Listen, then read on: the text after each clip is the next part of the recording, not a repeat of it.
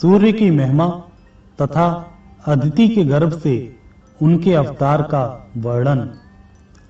ब्रह्मा जी कहते हैं, भगवान सूर्य सबके आत्मा, संपूर्ण लोकों के ईश्वर, देवताओं के भी देवता और प्रजापति हैं। वे ही तीनों लोकों की जड़ हैं, परम देवता हैं। अग्नि में विधि पूर्वक डाली हुई आहुति सूर्य के पास ही पहुंचती है। सूर्य से वृष्टि होती, वृष्टि से अन्न पैदा होता और अन्न से प्रजा जीवन निर्वाह करती है। क्षण, मुहूर्त, दिन, रात, पक्ष, मास, संवत्सर, ऋतु और युग, इनकी काल संख्या सूर्य के बिना नहीं हो सकती। काल का ज्ञान हुए बिना ना कोई नियम चल सकता है और ना अग्निहोत्र आदि ही हो सकते हैं। सूर्य के बिना ऋतुओं का विभाग भी नहीं होगा और उसके बिना वृक्षों में फल और फूल कैसे लग सकते हैं, खेती कैसे पक सकती है और नाना प्रकार के अन्न कैसे उत्पन्न हो सकते हैं। उस दशा में स्वर्गलोक तथा भूलोक में जीवों के व्यवहार का भी लोप हो जाएगा। आदित्य, सविता, सूर्य, मिहिर, अर्क, प्रभाकर, मार्तंड, भास्कर, भानु, चित्रभानु, दिवाकर तथा रवि, इन 12 सामान्य नामों के द्वारा भगवान सूर्य का ही बोध होता है। विष्णु, धाता, भग, पूषा, मित्र, इंद्र, वरुण, अर्यमा, विवस्वान, अंशुमान, त्वष्टा तथा पर्जन्य, ये 12 सूर्य पृथक पृथक माने गए हैं। चैत्र मास में विष्णु, वैशाख में अर्यमा, ज्येष्ठ में विवस्वान, आषाढ़ में अंशुमान, श्रावण में पर्जन्य, भादो में वरुण, अश्विन में इंद्र, कार्तिक में धाता, अगहन में मित्र, पौष में पूषा, माघ में भग और फाल्गुन में त्वष्टा नामक सूर्य तपते हैं। इस प्रकार यहाँ एक ही सूर्य के 24 नाम बताए गए हैं। इनके अतिरिक्त और भी हजारों नाम विस्तार पूर्वक कहे गए हैं। मुनियों ने पूछा, प्रजापति, जो 1000 नामों के द्वारा भगवान सूर्य की स्तुति करते हैं, उन्हें क्या पुण्य होता है तथा उनकी कैसी गति होती है? ब्रह्मा जी बोले, मुनिवरों, मैं भगवान सूर्य का कल्याणमय सनातन स्तोत्र कहता हूँ, जो सब स्तुतियों का सारभूत है। इसका पाठ करने वाले को सहस्त्र नामों की आवश्यकता नहीं रह जाती। भगवान भास्कर के जो पवित्र, शुभ एवं गोपनीय नाम हैं, उन्हीं का वर्णन करता हूँ, सुनो। विकर्तन, विवस्वान, मार्तंड, भास्कर, रवि, लोक प्रकाशक, श्रीमान, लोक चक्षु, महेश्वर, लोक साक्षी, त्रिलोकेश, कर्ता, हर्ता, तमिस्नः, तपन, तापन, शुचि, सप्ताश्ववाहन, गवस्ती हस्त, ब्रह्मा और सर्वदेव नमस्कृत। इस प्रकार 21 नामों का यह स्तोत्र भगवान सूर्य को सदा प्रिय है। यह शरीर को निरोग बनाने वाला, धन की वृद्धि करने वाला और यश फैलाने वाला स्तोत्र राज है। इसकी तीनों लोकों में प्रसिद्धि है। द्विजवरों, जो सूर्य के उदय और अस्त काल में दोनों संध्याओं के समय इस स्तोत्र के द्वारा भगवान सूर्य की स्तुति करता है, वह सब पापों से मुक्त हो जाता है। भगवान सूर्य के समीप एक बार भी इसका जप करने से मानसिक, वाचिक, शारीरिक तथा कर्मजनित सब पाप नष्ट हो जाते हैं। अतः ब्राह्मणों, आप लोग यत्न पूर्वक संपूर्ण अभिलाषित फलों के देने वाले भगवान सूर्य का इस स्तोत्र के द्वारा स्तवन करें। मुनियों ने पूछा, भगवान, आपने भगवान सूर्य को निर्गुण एवं सनातन देवता बतलाया है, फिर आपके ही मुंह से हमने यह भी सुना कि वे 12 स्वरूपों में प्रकट हुए। वे तेज की राशि और महान तेजस्वी होकर किसी स्त्री के गर्भ में कैसे प्रकट हुए, इस विषय में हमें बड़ा संदेह है। ब्रह्मा जी बोले, प्रजापति दक्ष के 60 कन्याएं हुई जो श्रेष्ठ और सुंदरी थीं।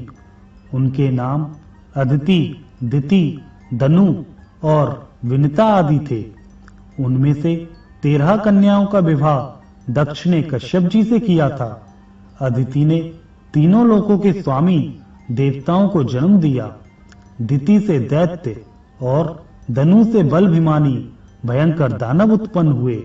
विनिता आदि अन्य स्त्रियों ने भी स्थावर जंगम भूतों को जन्म दिया। इन दक्ष सुताओं के पुत्र, पौत्र और दौहित्र आदि के द्वारा यह संपूर्ण जगत व्याप्त हो गया। कश्यप के पुत्रों में देवता प्रधान हैं, वे सात्विक हैं। इसके अतिरिक्त दैत्य आदि राजस और तामस हैं। देवताओं को यज्ञ का भागी बनाया गया है, परंतु दैत्य और दानव उनसे शत्रुता रखते थे, अतः वे मिलकर उन्हें कष्ट पहुंचाने लगे। माता अदिति ने देखा, दैत्य और दानवों ने मेरे पुत्रों को अपने स्थान से हटा दिया और सारी त्रिलोकी नष्ट प्राय कर दी। तब उन्होंने भगवान सूर्य की आराधना के लिए महान प्रयत्न किया। वे नियमित आहार करके कठोर नियम का पालन करती हुई एकाग्रचित हो आकाश में स्थित तेजो राशि भगवान भास्कर का स्तवन करने लगी। अदिति बोली, भगवान आप अत्यंत सूक्ष्म, परम पवित्र और अनुपम तेज धारण करते हैं। तेजस्वियों के ईश्वर, तेज के आधार तथा सनातन देवता हैं। आपको नमस्कार है। गोप्ते, जगत का उपकार करने के लिए मैं आपकी स्तुति, आपसे प्रार्थना करती हूँ। प्रचंड रूप धारण करते समय आपकी जैसी आकृति होती है, उसको मैं प्रणाम करती हूँ। क्रमशः 8 मास तक पृथ्वी के जल रूप रस को ग्रहण करने के लिए आप जिस अत्यंत तीव्र रूप को धारण करते हैं, उसे मैं प्रणाम करती हूँ। आपका वह स्वरूप अग्नि और सोम से संयुक्त होता है। आप गुणात्मा को नमस्कार है। विभावसो, आपका जो ऋक, यजुष और साम की एकता से त्रिसंगक इस विश्व के रूप में तपता है, उसको नमस्कार है। सनातन, उससे भी परे जो ओम नाम से प्रतिपादित स्थूल एवं सूक्ष्म रूप निर्मल स्वरूप है, उसको मेरा प्रणाम है। ब्रह्मा जी कहते हैं, इस प्रकार बहुत दिनों तक आराधना करने पर भगवान सूर्य ने दक्ष कन्या अदिति को अपने तेजोमय स्वरूप का प्रत्यक्ष दर्शन कराया। अदिति बोली, जगत के आदि कारण भगवान सूर्य, आप मुझ पर प्रसन्न हो। गोप्ते, मैं आपको भली भांति नहीं देख पाती।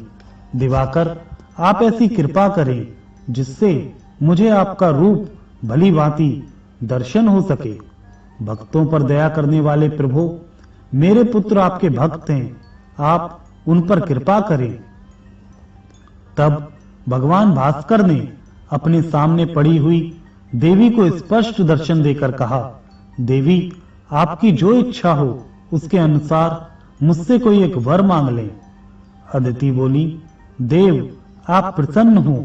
अधिक बलवान दैत्यों और दानवों ने मेरे पुत्रों के हाथ से त्रिलोकी का राज्य और यज्ञ भाग छीन लिए हैं। गोप्ते, उन्हीं के लिए आप मेरे ऊपर कृपा करें।